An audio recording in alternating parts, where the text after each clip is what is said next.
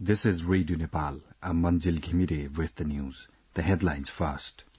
Prime Minister Pushpa Kamal Dahal Prachanda returns home after taking part in COP28 in the UAE and says COP28 remained effective and result-oriented. Election Commission starts preparations for National Assembly elections scheduled for 25th of January next year. And Israel launches southern Gaza ground offensive as death toll soars.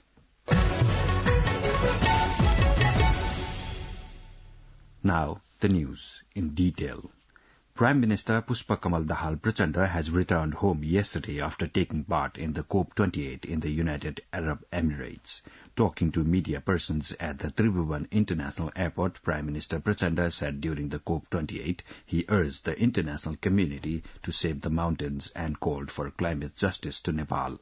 He added that international community was also informed about Nepal's effort to tackle climate change impacts. Before heading home from UAE, Prime Minister Prachanda also addressed the event entitled Delivering Early Warnings for All, organized on the sideline of COP28 in Dubai. On the occasion, Prime Minister Prachanda said despite contributing nearly zero to global carbon emissions, the least developed countries were bearing the brunt of climate change. He added that the countries were in the front line of the existential crisis with highly unpredictable weather patterns, increased events of natural disasters and environmental crisis. Prime Minister Prachanda said the Doha Programme of Action accorded high priority for building resilience in LDCs by improving their early warning capacity to respond to shock and vulnerabilities. He also urged the UN agencies and other development partners to scale up the financial and technological resources for the LDCs. The Election Commission has started preparations for the National Assembly elections scheduled for the 25th of January next year. As part of the election schedule, the Commission will publish the voter list on the 16th of December and appoint election officers on the 1st January next year. Similarly, the date for registering candidacy has been fixed on 8th of January. Spokesperson of the Commission, Saligram Sharma Paudel, says as per the approved schedule, a notice will be published on the 8th of December for the political parties to register. After the registration of the political parties, election symbols will be allocated to the political parties on the 17th of December, and the list of approved political parties will be sent on the 20th of December to be published in the Nepal Gazette. The election is being held as the term of 20 National Assembly members is set to expire on 3rd of March next year. The 32nd International Day of Persons with Disabilities was marked in Nepal, organizing various programs. Speaking at a program organized to mark the day, Minister for Physical Infrastructure and Transport Prakash Jwala said the government was committed to promoting disabled-friendly infrastructure development.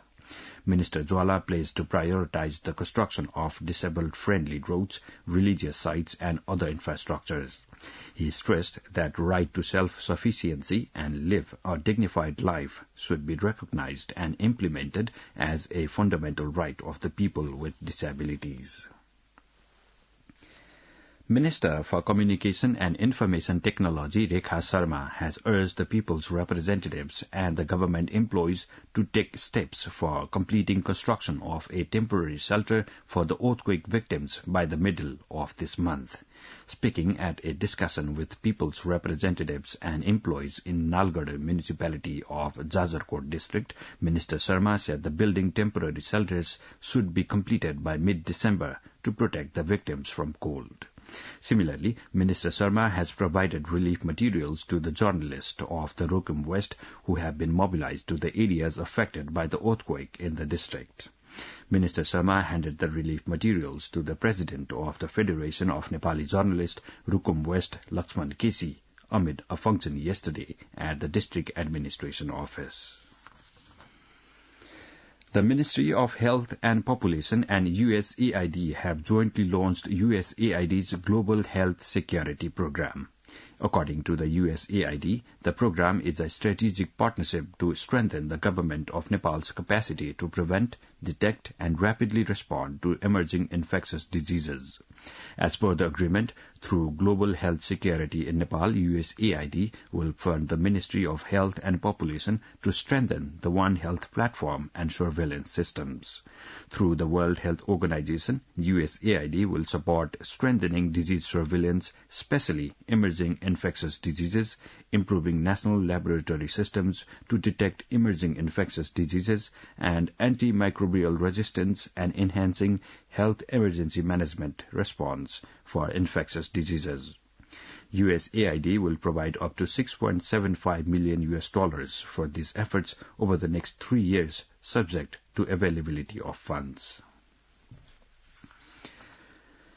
The Ministry of Finance has directed Nepal Electricity Authority to proceed ahead with the clearance of dues related to electricity tariffs for street lamps from the respective local levels. This directive aligns with the Ministry's decision on the 8th of November.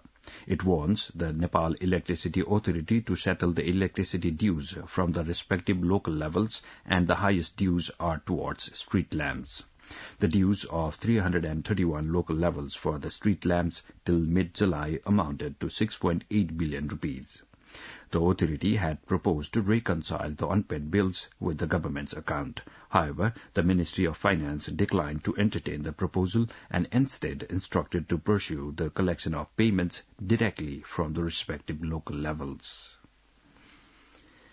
This news comes to you from Radio Nepal. Now on to some international updates.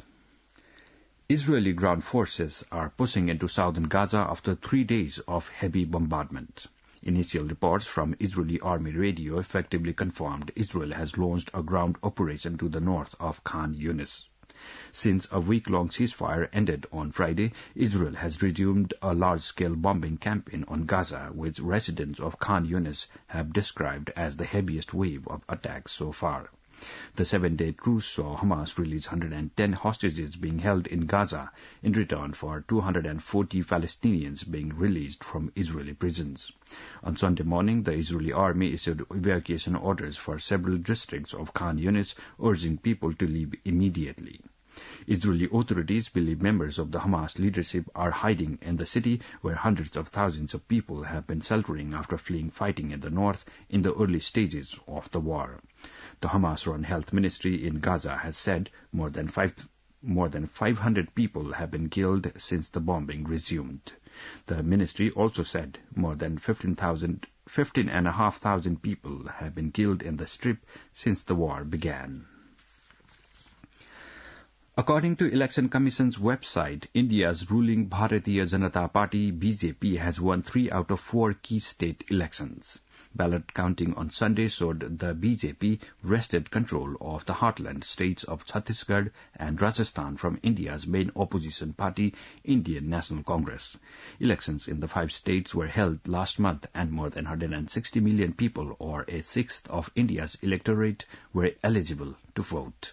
Polling in India is generally done in phases owing to the large population. Now the general weather forecast for the country. With the partial influence of low-pressure area around the Uttar Pradesh, India, and westerly winds, Meteorological Forecasting Division has forecast the weather to be generally cloudy in Bagmati, Gandaki, Lumbini, Karnali, and Sudur Paschim Province, along with the hilly regions of Karnali Province, and partly cloudy to mainly fair in the rest of the province today. Light rain is likely to occur at 1 or 2 places of Lumbini and hilly regions of Gandaki province, with the possibility of light snowfall at 1 or 2 places of the high hilly and mountainous region of Gandaki and Karnali province today. For tonight, the division has forecast the weather to be generally cloudy in Kosi, Madhesh, Bagmati and Lumbini province, along with the hilly regions of Karnali province, and partly cloudy to mainly fair in the rest of the country.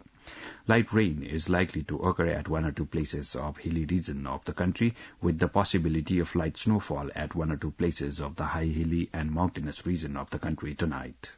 According to the latest information provided by the division, the minimum temperature of Kathmandu Valley is recorded as 7.4 degrees Celsius and the maximum temperature as 21.2 degrees Celsius. With this, we have almost come to the end of this news bulletin from Radio Nepal for this hour, but before wrapping it up, let's have a reminder of the headlines once more. Prime Minister Pushpa Kamal Dahal Prachanda returns home after taking part in COP28 in the UAE and says COP28 remained effective and result-oriented.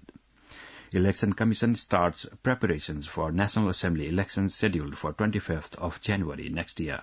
And Israel launches southern Gaza ground offensive as death toll soars. This is all we have for this bulletin. Our next bulletin in English will be at 2 in the afternoon. You can listen to us online on our website www.onlineradionepal.gov.np and our mobile app. For more news and information, keep listening to Radio Nepal. Have a good day.